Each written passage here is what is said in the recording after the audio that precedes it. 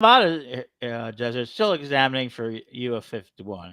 We had a great time on Friday talking about all those UFOs and supernatural. Tonight is Chancellor's Talk, and it's a little bit more deeper and profound, and we know you all love it. But before we do, this is going to be a great piece, and we want you to all know about it. So let me play this for you, and when we come back, it'll be Reverend Don and Cosmo, and I'm looking forward to hearing what they have to say. Join us for our Imbolc celebration with rituals and discussions. Thursday, February 2nd, 7 p.m. Eastern, with Reverend Donald Lewis, Oberon Zell, Tish Owen, Lady Belladonna Laveau, Byron Ballard, and others. Very nice. I'm sure that will be a great presentation. During Chancellor's Chat, we had Mary in the room talking a little bit about what's going to be in that program. And I believe there are 3 rituals and also a number of different discussions about the Imbolc holiday. So it'll be a lovely evening. Yeah, and I'm going to go through my Sabbat's Almanac and make sure I'm primed before tomorrow. Very good. So what we're doing tonight is a continuation of the Chancellor's Chat. For people who are not familiar with it, it's a chat room I've been doing since 1998. And we just get together and we talk. We talk about whatever happens to interest us that evening. Tonight's Chancellor's Chat was extremely interesting, and actually probably would have gone much longer if we were not coming here. And hello to Eric and Kurdware in the chat room. We talked a lot about leadership, a little bit about the community. We talked about some political issues regarding the subject of Christian dominionism. It was a wide-ranging conversation, but I think I'd like to start by recapping a little bit. And hello to Arlene in the chat room. A little bit about what was being said about leadership that I thought was important. And hello to Jared Crow in the chat room. One of the things we were talking about in the 2nd and 3rd degree books in our Corellian system, we talk a lot about leadership from the point of view of presentation, interaction with others, and group dynamics. And I think this is something that's widely ignored in the pagan community. You get all of the ritual instruction, but you don't get a lot of talk about how to interact diplomatically with others. And if you're in a position of leadership, that's really very important. How you present yourself, how you interact with people, that they have lasting impact. And hello to David in the chat room. And we were talking about how modesty and allowing people the space to be themselves is a very good trait in a leader, as opposed to being all about oneself. And I was talking about how, for example, if you're attending a workshop and you're in a position of leadership, it's really important that you show that you care about that subject matter, that you are listening to that speaker. And even if, although this would certainly never happen, but if you happen to be bored to tears, you can't show that, because they will remember that and they will be hurt by that. You must appear to be interested.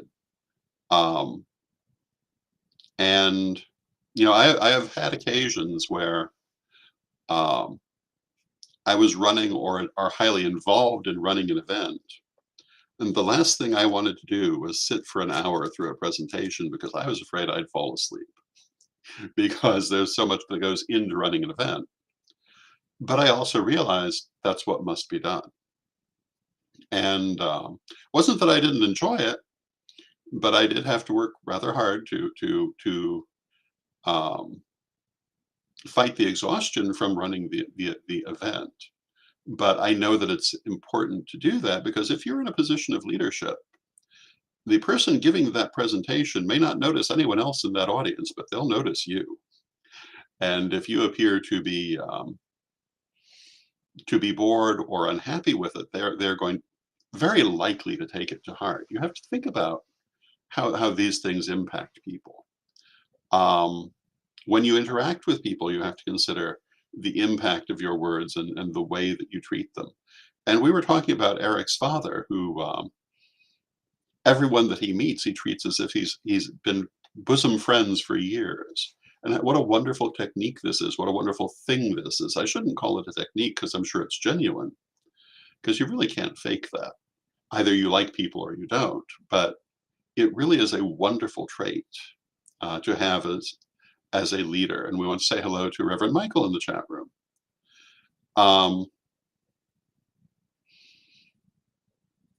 So those were some of the things we were talking about. And then we started talking about ultimately started talking about movies. And we like movies. So I figure we may talk about movies a little bit this evening. Well, I wanted to play off of the leadership a little bit more because these aspects you're talking about, it's not just in our practice, but also in the day-to-day living. And I think there's so much we can create an integrated life with some of these principles. Now, to your point, being actively listening, I think part of that also is cultivating this desire for lifelong learning. And that really is the heart of wisdom, I think. It's realizing that you don't know everything about everything that's out there. It's just too magical, too mystical, too expansive. And having a little bit of humility, I think, drives this notion of always being eager to learn, or at least cultivating a joy of discovery. When you do that, I think you can find nuances to somebody and to their conversation that maybe didn't strike you before. And you come in it with a fresh set of eyes each time. So I think, to your point, I try to do that. And I don't always do it well, but I do try to do it. And I try to do it at work when I'm talking to people, to honor that they're going to bring something new to the table that I haven't learned, and just be in the position to accept that. And then this other notion we talked about is it's about a collaborative piece of art, so to speak. The conversation, the discussion, you're creating art together. You're creating this new truth by overlapping two lenses on top of each other that might not be each in and of itself, they're a portion of the truth. But when you start to focus them on top of each other, you gain even more clarity, more Absolutely. focus.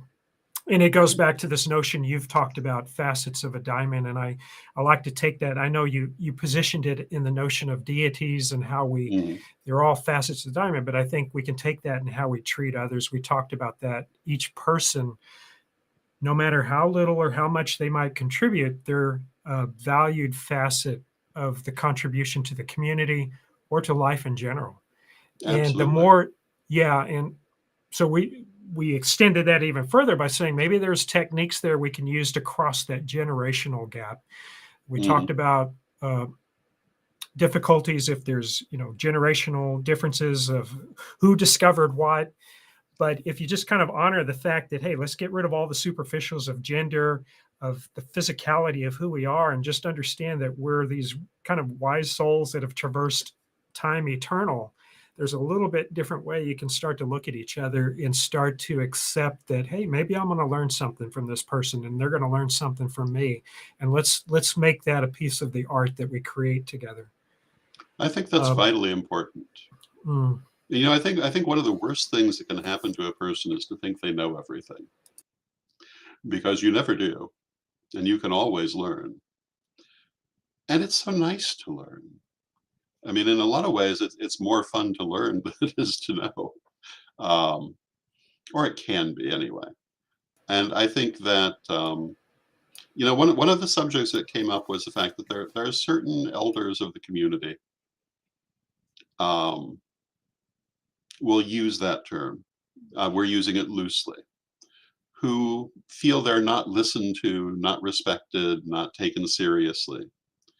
And I'm of the point of view that I've never been more respected or listened to in my life than I am now. I find the younger generation of our community to be wonderful and very interested in learning and growing. And I think a lot of it is how you approach it. And it's you have to value the person you're talking to. And I think sometimes the people who feel they're not listened to are more concerned with their own value than the value of whom they're speaking to. And I put it better in chat, and I don't remember exactly what I said. But you can learn from everyone. And just because someone doesn't know as much as you do, that doesn't mean that it's not going to be a wonderful interaction that you may learn from. And you may find that they might not know as much as you do about this thing over here, but then you find out over here they know much more than you do. Yeah. Yeah, and you reminded me, I was at Griffith Observatory the other night in LA meeting somebody from Australia. And it was this notion of there was a constellation in this globe. And as you walked around it, it's still the same constellation, but you get a new vantage point, a new way of learning about the positioning of the stars. So in some ways, these conversations we have, certain aspects of them may not seem valuable from one perspective, but as you shift and change and start to expand your view, you do see another aspect to the truth of things, And so I think in a lot of ways, it's how flexible and agile are we with allowing ourselves to flex with new paradigms, to new ways of thinking, to be flexible to a new generation of thought on something, and it gives you those new vantage points. It may the nugget, that absolute reality of the thing may still be just as it was, but you're getting a new perspective, and that's just as valuable, especially when you take that into your practice or into your service to others. Then that learning is not just about yourself and the self-satisfaction of learning, but it's really something dynamic. It's something where you're participating in creation itself, and you're an active part of that as an observer and a creator in this ongoing creation of life and what we do with each other, so to speak.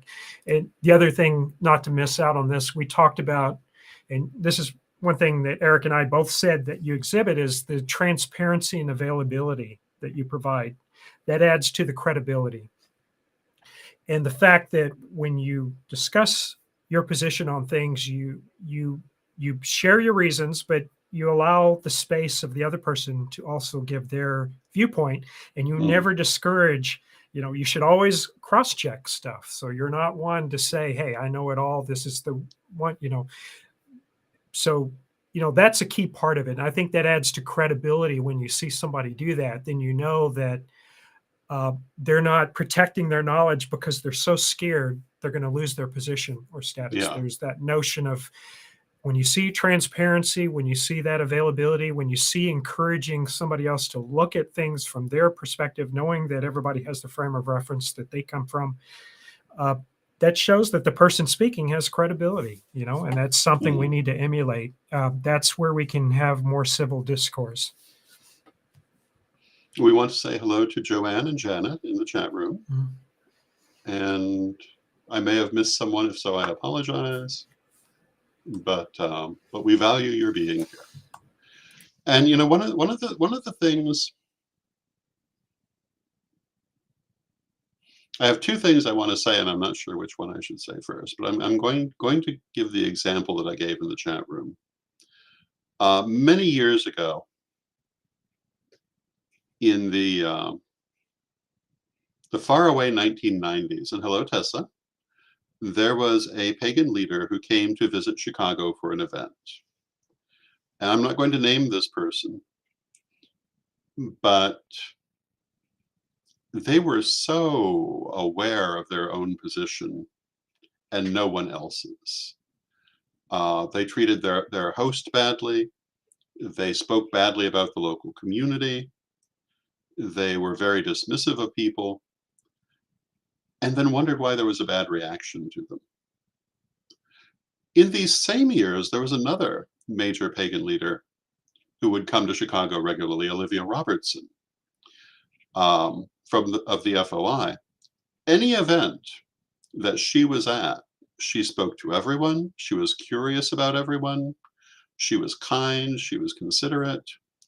You could not, in my opinion, attend an event that she was at and leave without thinking better of her, even if you already thought very well of her, because she just was that way. And those two different ways of being, I think, are very instructive of what not to be and what to be. The other thing I was going to say is I think that one of the things that happens sometimes to people is that they get in the habit of only associating with people around their own age or around their own position, and they fossilize. And I think that's a very bad mistake to make. I think it's very important to keep working with people who are younger than yourself, either in age or in journey, so you don't forget what that's like, so that you don't become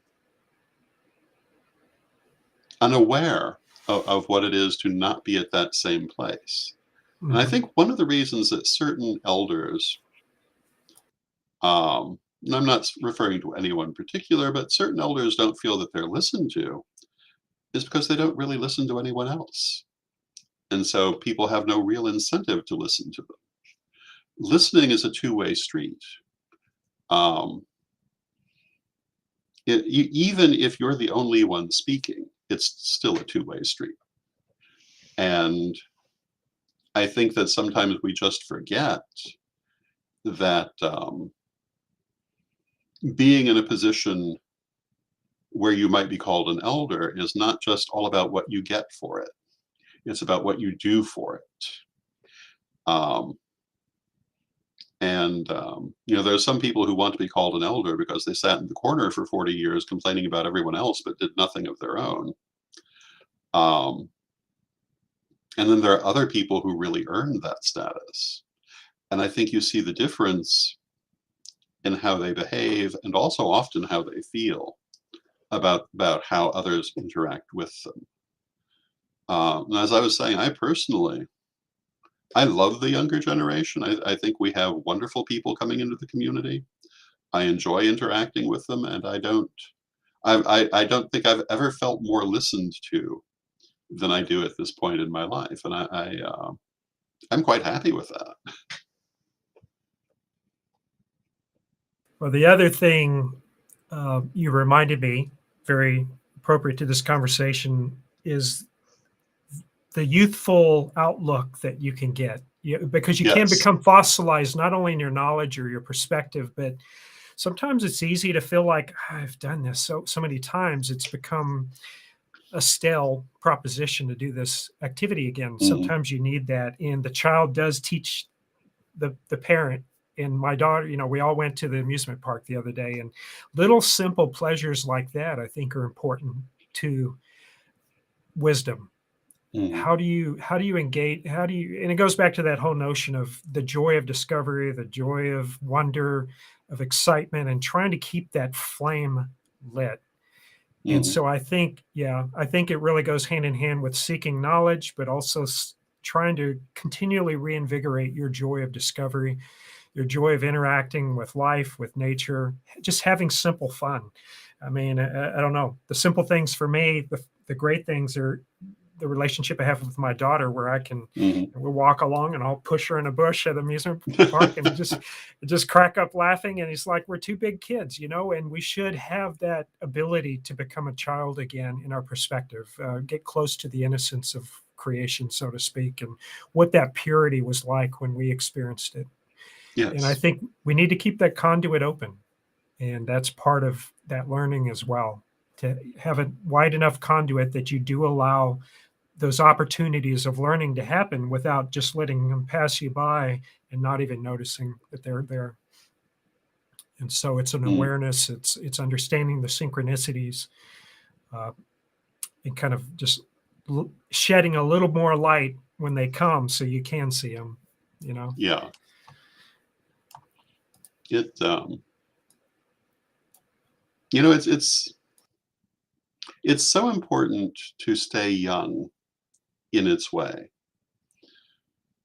which does not mean not accepting that you've grown older, but to not become fossilized. Yeah. And of course, everyone is prone to that, but we have to fight it. Yeah. It's that childlike versus childish. I mean, you shed the childish ways, but there's no reason you have to shed the childlike ways. Now, obviously, there's a lot of difficult and dark times that we're always going through in our personal life, in the world. It's not to say that there's not shades of gray and, you know, that we have to confront realities, but I think you do have to have those little heart light moments, always have that ability to rekindle that when you need it, especially for those who are, you know, might be here when we pass, and they're going to need that. They need that strength. They need to know that they have something to count on, that they've learned from those who have come before them, that the elders have shown them how to use tools of wisdom to build their own foundation. And we talked about this, maybe creating apologetics for the eclectic and the pagan community. How do you justify why you believe what you believe? You talked about Christian nationalism and things of that nature, but there's so much of a diverse perspectives out there that I think, you know, we do have to kind of put our tools together and make sure we're cross-checking sources. Don't just rely on one perspective. So there's a lot to that. I think there's a whole book that could be written about just, you know, using those tools. And, you know, and we talked about that in the chat. That was, It's interesting. We were talking about the idea of the pagan voice. And I quoted what Edward had said on his page about the pagan voice not being a single voice, but a chorus of many voices. And I think that's a very good image. And I think that's what we're trying to do with Pagan World TV, to showcase not a single voice, but the many voices of this community. And I think that's important. I think if we were all alike, we would be terribly rigid and probably terribly bored. The fact that we do have different ways of doing things, different ways of coming to things, should not keep us apart, but rather should give us greater insight. And we were talking about my upbringing, and one of the points I made in the chat was that one thing I did get was a strong sense of myself and my right to be at the table, which I think some people in the pagan community don't necessarily have, because they came from a very different background than I did. And I think that when you feel that you are as worthy as anyone, you don't have to get all prickly about their ideas. That's not to say there'll never be an occasion for that. Depends on what the idea is, but generally speaking, if you have your own sense of worth, then you can allow other people their sense of worth also much more easily than if you are conflicted about your own worth. And I think this is a very important part of shadow work that we really must continue to emphasize for people. Yeah, and you've talked about the other aspect that, again, we talked about in the chat is, and I know you've talked about this many times, it's something that I try to take to heart. It's not being attached to those outcomes, you know, so being satisfied with the act itself, being invigorated by just doing the right thing. If you send it out into the world, let it be. It'll cast its seeds as need be. And you don't have to necessarily be tied to the praise or to somebody giving you a like on social media or this or that. I think the more you can do that, the more you do cultivate that sense of a strong self. And I come from, now we're looking at both of us on the screen, I'm probably come from the other side where I had a horrible sense of self. And it's been a lifelong baggage to shed that and feel like I could even come at any table, you know, of any type. And so I think a lot of that, it helps when you have relationships that build acceptance for who you are in all of your perceived ugliness. But then also, we talked about the shadow work of night, of using that to inform your path. Don't like block out the negative of your past, but learn from it. What are the values that you can learn from that, and let that be something that informs your philosophy going forward.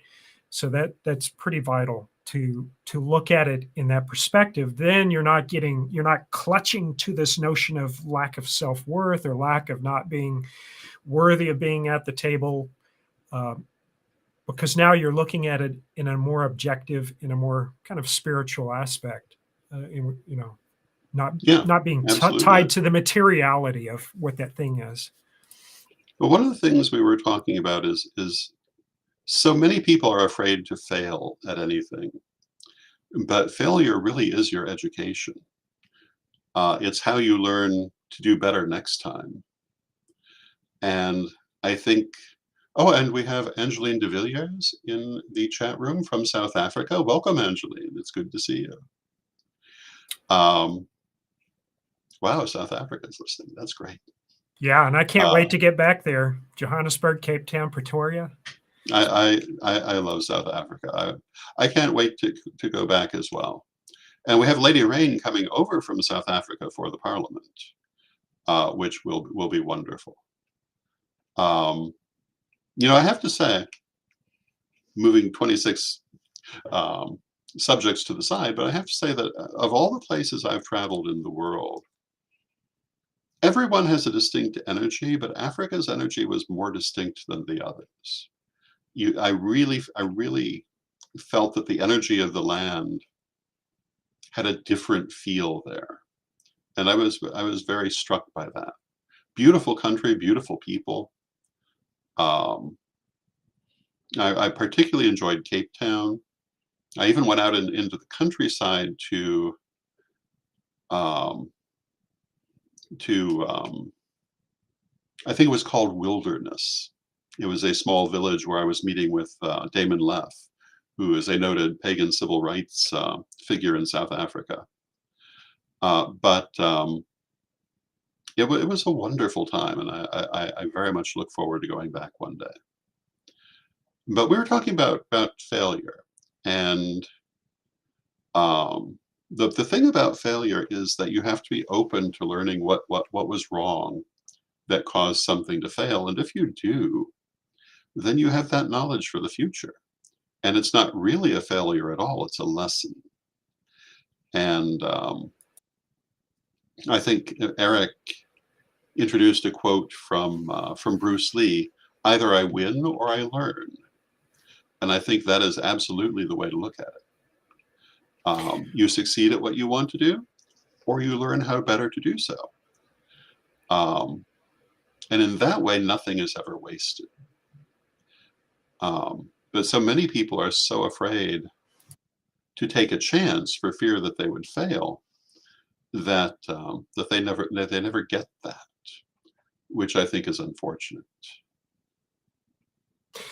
Yeah, and you also, I think it helps when you go back and look at those things that maybe you're not proud of, but you're trying to learn from that. It goes back to this shifting of the constellation, the paradigms, looking at it from different vantage points. I always like to think of the 4 quadrants.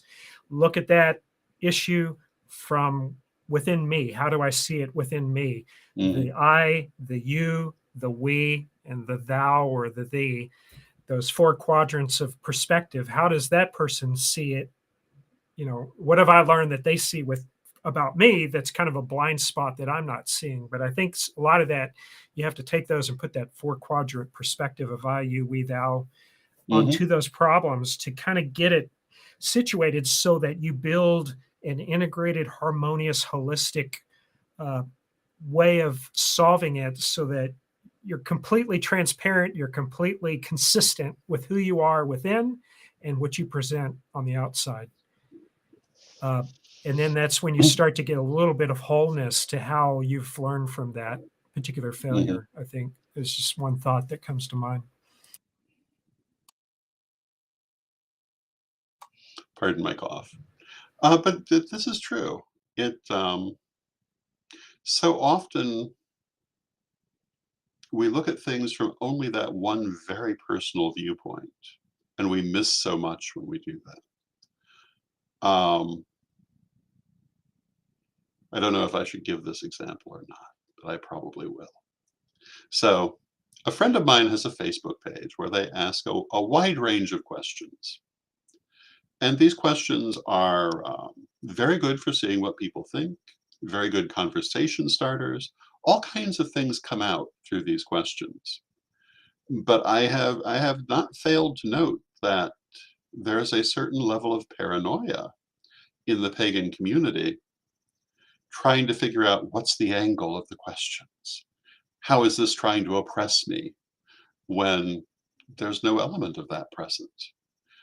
And it's an interesting statement in my mind to how you can take a good situation and turn it into, for one better way to put it, a self-victimization. And I think that sometimes we really have to look at the lens that we're looking through our situations through and try to expand it to multiple viewpoints. And when we do so, we see so much more that we would not see before. And every situation, I think, is fascinating. Don't always want to deal with them all, but they're fascinating. Some of them I enjoy dealing with more than others. And certainly I have made some mistakes in my life, but I try to learn from them. And I would say that as a result, here I sit. Yeah.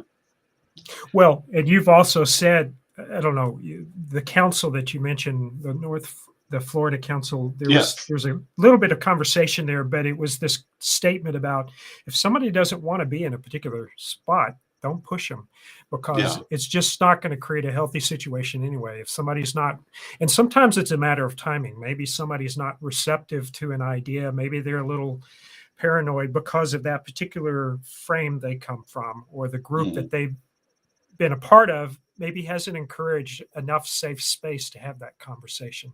And that's been cultivated that way. Sometimes it's a timing thing, or sometimes it's just within them. And then it just, maybe maybe that's just not for them. We have to move on. They need to move on, find a group that does correspond to what they want to talk about, and let that other thing be. Well, the particular situation you refer to, the Northeast Florida Pagan Leadership Coalition, formed several years ago. I'm currently the president. At other times, I've been the vice president. And when they first formed, I actually was not living here yet when they first started to form, but I was a guest. I was visiting during their early meetings. And I pointed out, I think the question was how to involve as many people as possible. And I pointed out that the danger that must be avoided was thinking everyone must be involved. The people who want to be involved should be involved. Because if they don't want to be involved and you succeed in pulling them in, they're going to pull you down because they don't want to be there. And it's better to let them be whatever they want to be. You do not have to have everyone working with you to have a successful organization. You want to have the people who want to do whatever that organization is about. Nefelplik is about community rituals. It's about a variety of different events that we do through the year. It's about supporting various charity organizations and so forth. That's not everybody's thing. But for those who do like that, it's a wonderful organization. I think looking back 30 odd years now, the biggest mistake the Chicago Pagan Leadership Conference made, when it made the mistake of becoming an organization rather than an event, was that they tried to pull everyone in, whether they really wanted to be there or not. And those who did not want to be there, they did their damage. And so it's better and when we talk about the pagan community working together, this is particularly relevant. Not everybody wants to, and they don't have to get something done. Just the ones who do want to work together can get done what they want to get done. And they shouldn't worry about the people who don't want to work with them because they don't want to work with them. They can go do what they want to do. It's not like you need everyone's permission to do anything. Yeah, and it helps you optimize your own resources and energy and focus by not getting caught up in those distractions. The less distractions you have, the more you can focus on the purity of the goal that you're trying to accomplish. It's true. You don't get the soap operas that way. And any community is full of soap operas.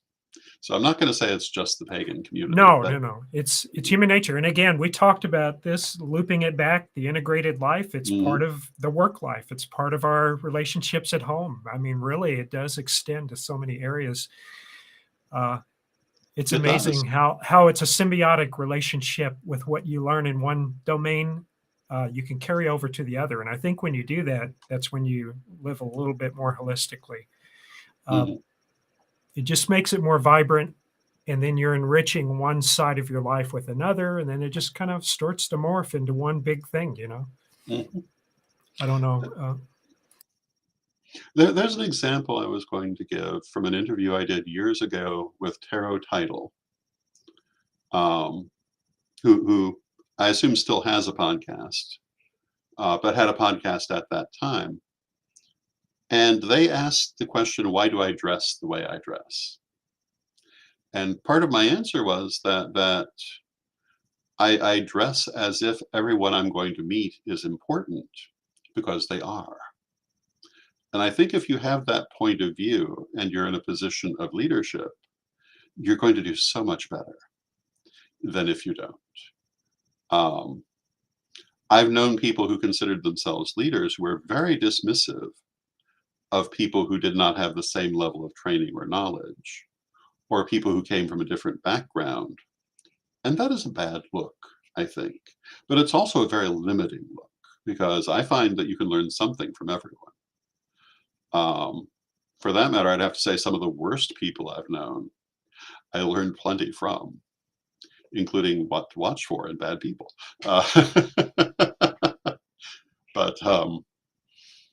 But when you're young, you don't know until you've experienced certain things that I remember how naive I was when I came to Chicago, because I had been raised in a tradition that very much valued ideas of honor and good behavior.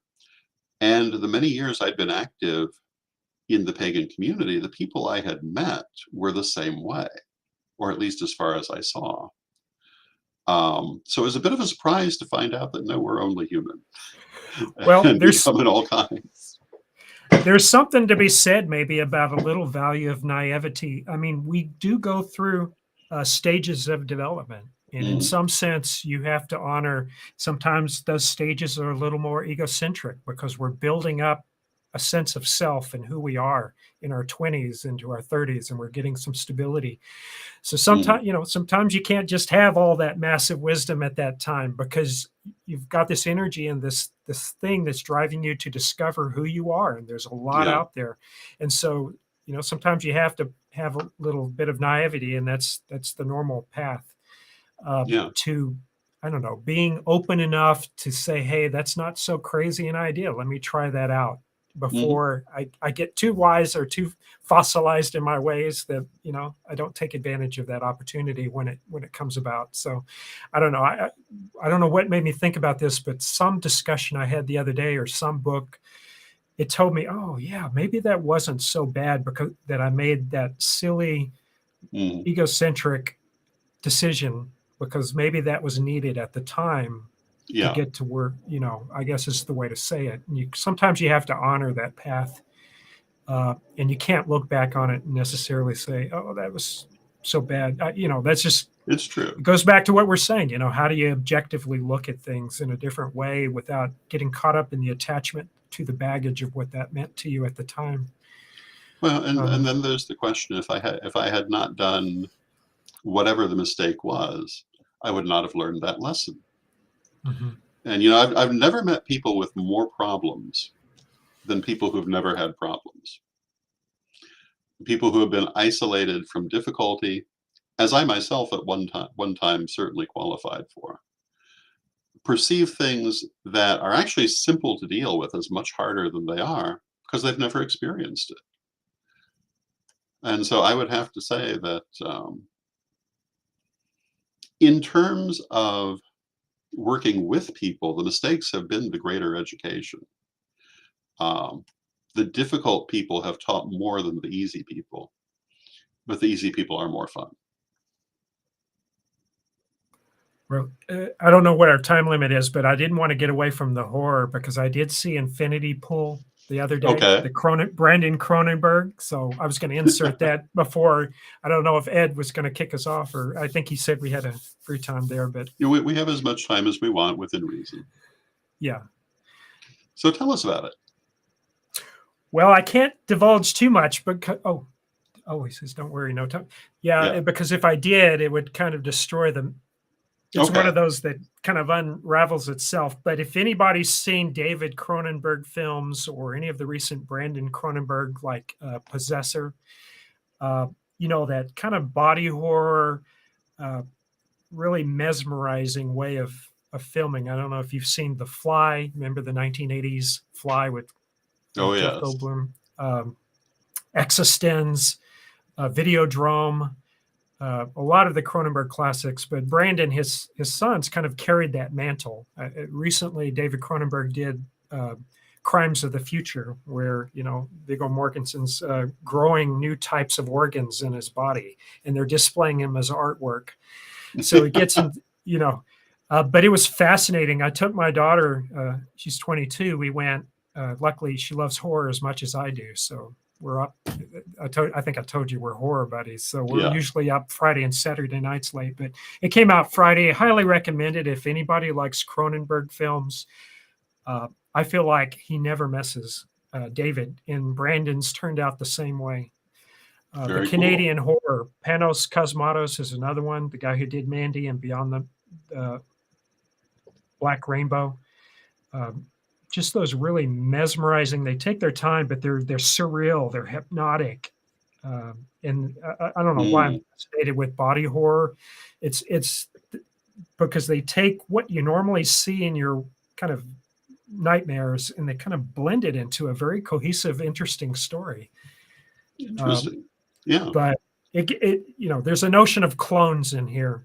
It's pretty pivotal to this notion and of maybe acting on violent tendencies within yourself and kind of getting away with it, and what that it kind of explores that. So highly recommended. But Infinity Pool, if anybody's interested, that's my latest horror pick recommendation for you. That's Very out cool. at the theater. I too am a great fan of horror films, and especially if they're more about concept than not. My favorite horror film is The Mummy, which I've talked about. I'm also very partial to Kwaidan, which is a Japanese horror film from the year of my birth, which is at this point rather frightening. But the thing about Kwaidan that is interesting, first, it's from a Japanese perspective. And so the aesthetic is different in a lot of ways. Pardon me for a moment. Pardon my cough. But it's also so beautifully filmed. And you don't always think of horror films as being beautiful. But so many of them actually are. You seem to be muted. Infinity Pool is an example of what you're talking about in present day. A very beautiful visual film. You made me think of Kurosawa because of all his films. Yes. And also this notion, since you mentioned the time frame, did you sense anything about the post-war mentality seeping into that in some way? I don't know, because that's like 15, 20 years past World War II. It's not that long. Yeah, it wasn't terribly far after. Yeah. I don't know, but there is a certain quality to Japanese films of that era that I think reflects the older Japanese culture a little bit more than contemporary Japanese films might, because there's been so much change. I think the film I mentioned, Quite On, it's one of those anthology films where there's several different horror stories put together, and they come from several different eras, and each one is meticulously recreated. And it just has such a feeling.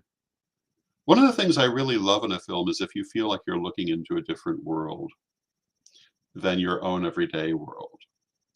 I think that's one of the reasons that I love horror films and science fiction films and historical films very much, because they really do, when they're done well, they transport you from where you are to another place. Metropolis is a good example of that, and particularly in the era that it was created in, it was in some ways opening some of these ideas for the first time.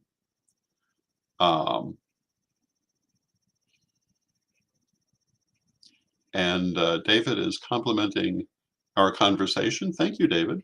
We appreciate that. And I think that certainly, I think people who love film come in two kinds: those who love to be transported to other worlds, and those who prefer to look more closely at this one. And I come from the first part, although there are exceptions certainly. But a contemporary film usually has much less attraction for me than any of the genres that I mentioned, because I know this world.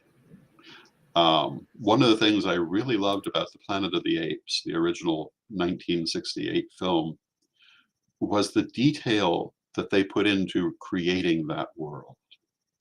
Everything down to the pens they used was not what you would see here. The scientific equipment was not what you would see here. The houses were not what you would see here. It was thought out so meticulously, unlike any of the sequels, that it really created a world. And I think that is one of the fascinating things about cinema. Mm-hmm. And whether it's a part of this world or a different world that never existed on this plane, I love when they do that. Yeah, The Planet of the Apes was a very thoughtful script. Mm-hmm. Not only that, but you're kind of looking at it, how this self-governance is happening again among the group there, and Yeah. the different conflicts there. So there's a lot of history. There's a lot of things you could read into that movie, but because of those subtexts, because of those Mm-hmm. extra through lines, it stands the test of time. It's not one dimensional. If you go back and watch it, you're going to pick Yeah. up another layer to that. And that's what a lot of those the really good historical films do that. I have to agree. Yeah. And that to me is part of what makes a good film. If you can watch it the second time and see things you didn't see the first, and if you can watch it a third time and still find more, they've done a great job. Yeah, and when they've intentionally done that and layered that in there, so maybe you pick up a little bit of what's going on in the modern reality and contemporary times, but you're learning as well about the travails and the tensions of that particular time. Yeah. So you're getting enlightened, you're getting entertained, and then you're finding something that you can noodle around on. Well, how would I do that today? How does that inform us in our own evolution, or how we Yes. govern each other, or how we treat each other? But there's just so many thousands of years of material to draw There really from, are. to your point. One of the historical films I've very much enjoyed is Laveau, which is a French film, which translates as The King Dances. And it's about the reign of Louis XIV and his court composer. And it's a very interesting examination of the time and the politics. But it's one of those that is done so skillfully that you could enjoy it for the costume and set design, for the skill of the acting, for the story, for the politics. There's so many different ways you can approach it. I think Dangerous Liaison was that way as well. There were several different ways you could get into that film. And I think anytime a film has multiple entries, or a book for that matter, I think that it really increases my enjoyment of it. Yeah, especially when it causes you to go off and read the book or Yeah. dig into the history of that time. I mean, Another then, thing I really enjoy are Mhm. silent films, Mhm. or very early talkies, because again, it is transporting you to a different world because that world isn't here anymore. But just to see the people of that era, not recreated, but as they were, is very interesting. That's a great point because we've talked about this more than once about not like canceling a film because it may represent certain viewpoints that don't jive with today, but watch it on its own merits. Yes, it may Yeah, not be as technically advanced or may have been a bit more prejudice in its views, but if there's something you want, if you value cinema and you value it as a snapshot of human trajectory and time and the stories that yeah. appeal to us, the cultural landscape of the moment, then I think when you look at it like that, you can continue to get stuff out of it. I mean, I watched M again. I think I told you, what was it, 3 or 4 weeks ago? Oh my gosh, I was surprised at how fresh that was. But I came in with the right attitude to look at that, and it's like, man, that knocked me off my chair. It was so good. And that was what, 1930, early 30s. Peter Lorre. 30 or 31, yeah. Yeah, And but so my goodness, visually stunning as well. And yeah. yet everything in it is prosaic, but they raised it to a visual masterpiece. Plus, it's Uh, intelligent. It's a very intelligent script, very methodical. I found that was something I missed the first time out. I kind of appreciated what Peter Lorre's character was. I got caught up into the atmosphere, but this time I realized, my goodness, there's a bit of methodical thought process going on with this investigation and how they're trying to track down this yeah, child killer. And I thought, wow, that's well thought out. There's a whole nother layer, just like we it talked was a about. wonderful film. A lot of those early German films were willing to Impressionistic. deal with things that early American films were not Mm. sometimes. I don't think you could have made a film on that subject in the United States in that year without.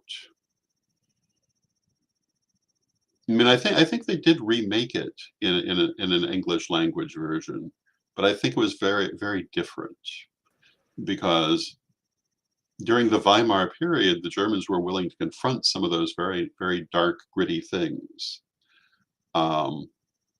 And it's a pity more of that film does not survive, because so many films of that era, both here and there and everywhere else, people didn't preserve them the same way they did later. It's like Der Golem is said to have been a great film, but it does not survive. I think only one film of the trilogy survives, which is the origin of the Golem, and maybe some pieces of others. But it would be interesting to see it. The Cabinet of Dr. Caligari, which is now over 100 years old, fascinating film. Oh yeah. Um, Even Potemkin, the yeah, Russian film of the 20s, is still one of the pieces of art that still holds up. In 2001's, of course, like that of the more recent era. I mean, if you watch 2000, or at least when I see it, I am just flabbergasted at the immense detail and quality of that film. The color schemes are all perfect. The digital readouts, everything is just a complete masterpiece of construction, and so much of that was done with old school technology. I mean, that was obviously all pre CGI, yeah. but that was using techniques, front screen, rear screen projection, that kind of stuff that went back into the 30s. But there was just such craftsmanship to that film. And I Anyway, think the lesser technology actually required greater creativity, at least sometimes. because some people use CGI very well and to great effect. But some of the things they used to have to do by hand really required deep thought to get a decent outcome. I was watching, of all things, a clip from the Sonny and Cher show, or actually the Cher show that followed. And it was Cher and Carol Burnett doing a duet. But toward the end, they had gone through several different ages of these characters, and they started superimposing them all on the screen. And to look at it from today's technology, it was very primitive. It was very obviously superimposed. But what of it? That was the time. And it was very interesting to see how they did that.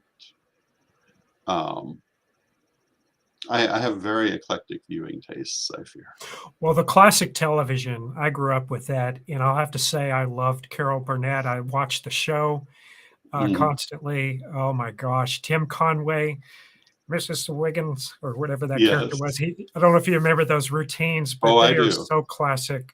Oh my I goodness. love their send-ups of classic musicals, Yeah. but I try not to make jokes about those because no one remembers what they were. Well, we can always do that offline then, because Yes. I was saturated in it. Yeah, every time I hear hear about Marietta, Georgia, I want to make a naughty joke, but nobody gets it now.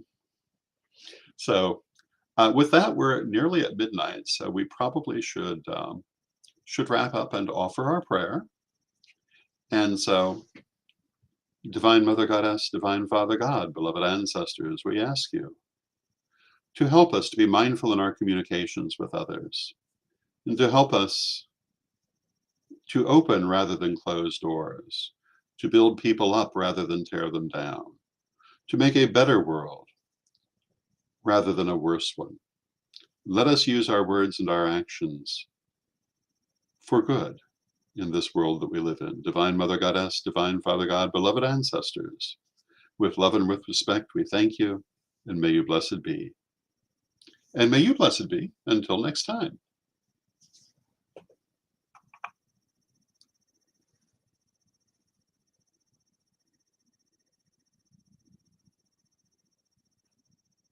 And